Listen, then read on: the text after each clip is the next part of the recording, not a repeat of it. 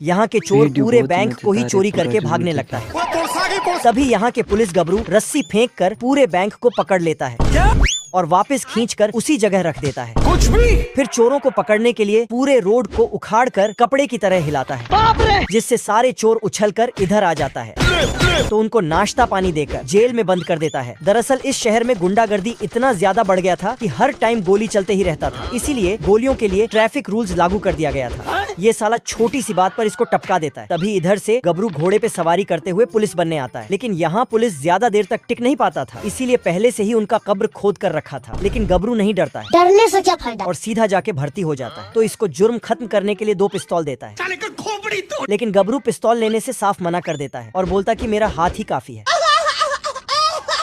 फिर गबरू live proof के साथ अपने आप को साबित करने के लिए चल पड़ता है, रुक जा। जो कि पार्ट 2 में होगा।